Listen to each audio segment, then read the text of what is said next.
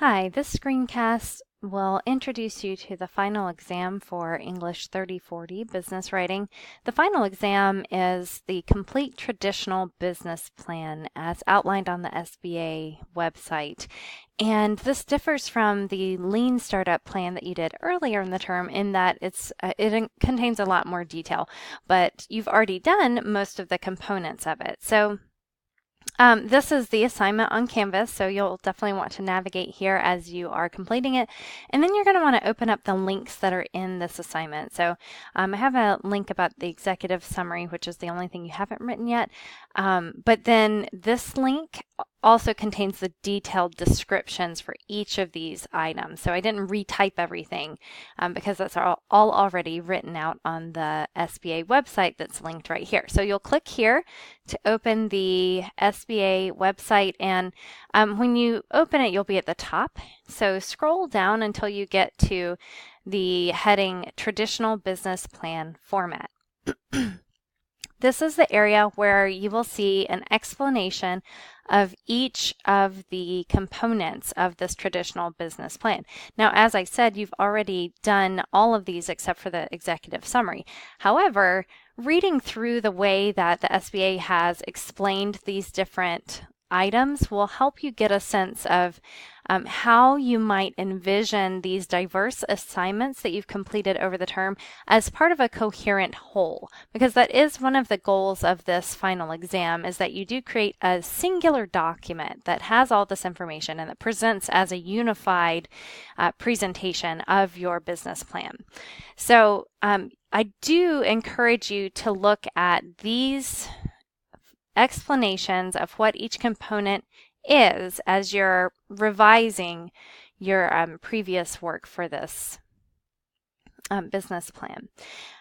So the one thing that's different just in name that we didn't have a specific assignment called it is the service or product line. That is describing what you sell or what service you offer, which is actually a part of the company description that you did. So it was part of that assignment. And if you, let's see, I think I had that open somewhere.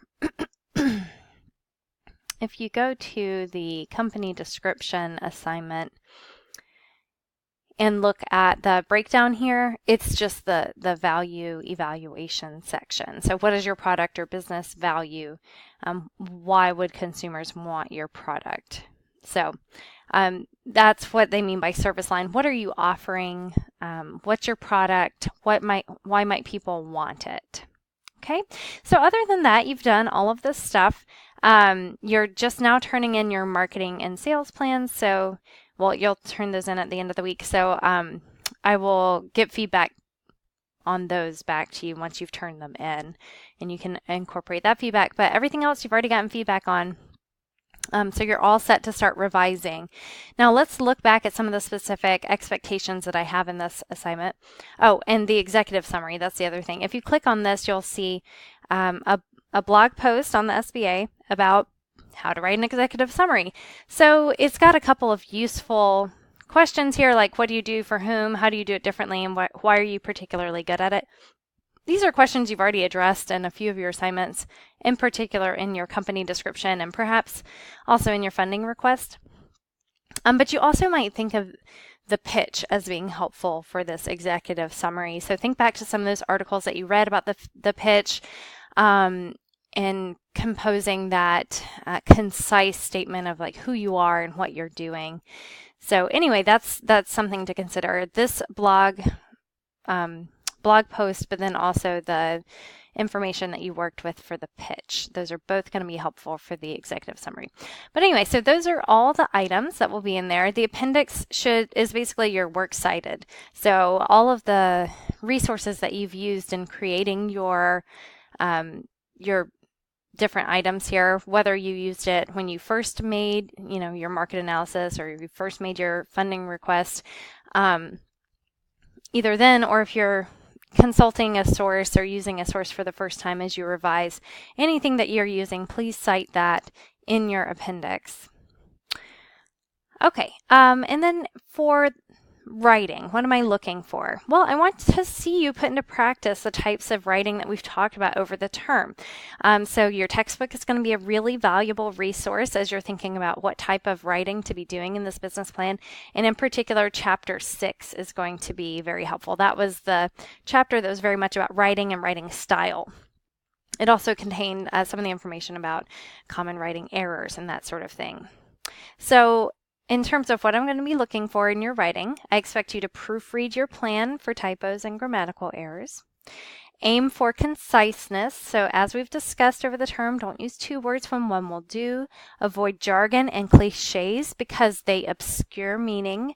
And when you obscure meaning, then you have to do a lot more explaining, and then your writing is no longer concise. Also avoid the passive voice.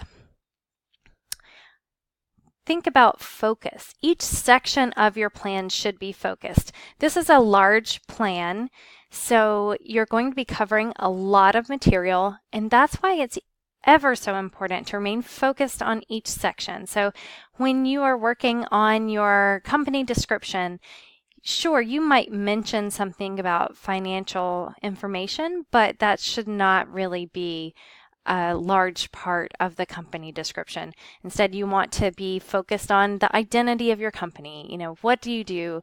How do you do it? What's your mission? That kind of thing. Similarly, in your financial projections, you're not going to want to include a bunch of information about the company's identity. So just make sure that you remain focused in each of your sections. Also, be deliberate in your organization.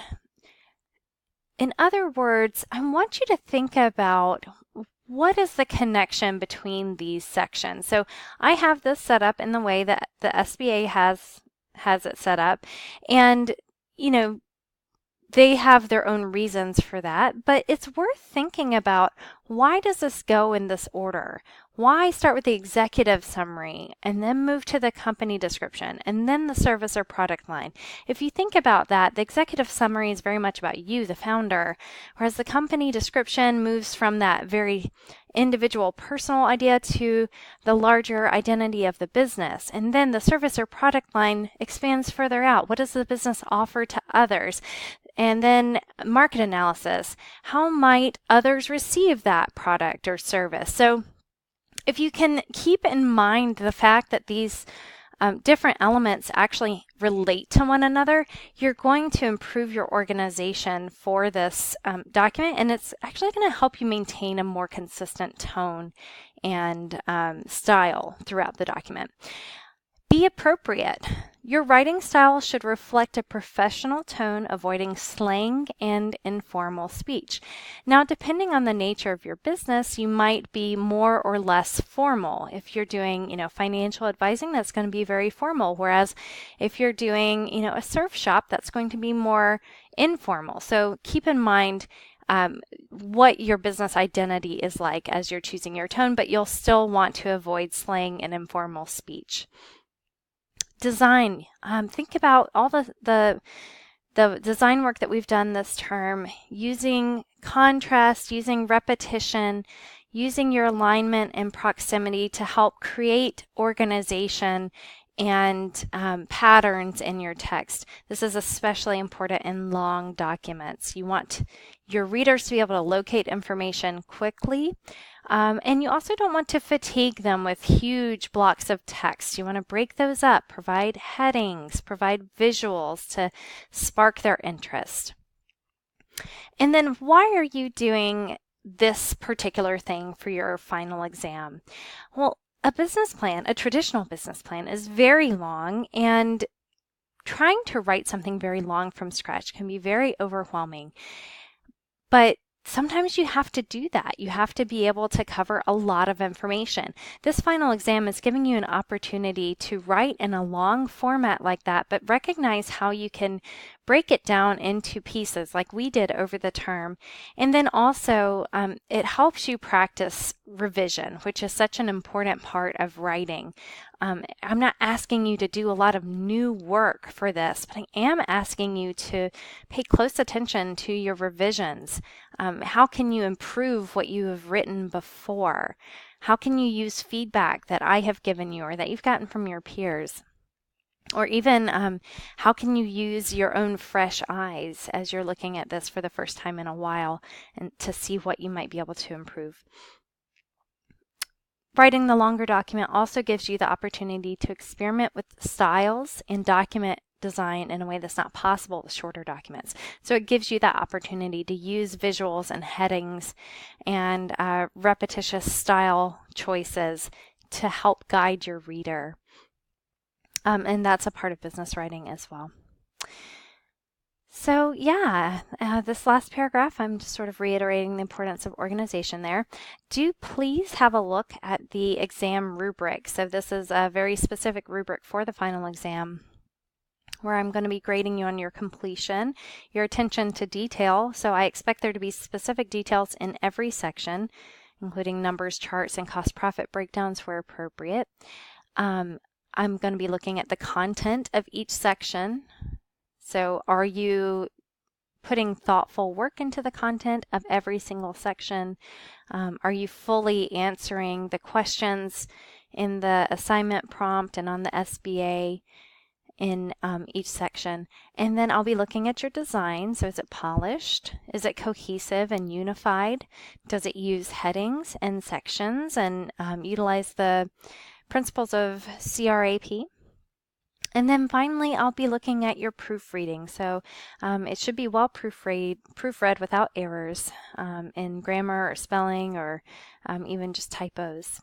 So that's what I'll be looking for. And I am going to post this screencast as an announcement to make sure everybody sees it, but I'm also going to post it on Yellowdig so that people can post questions and I can answer them, and all of those questions and answers will be in the same place.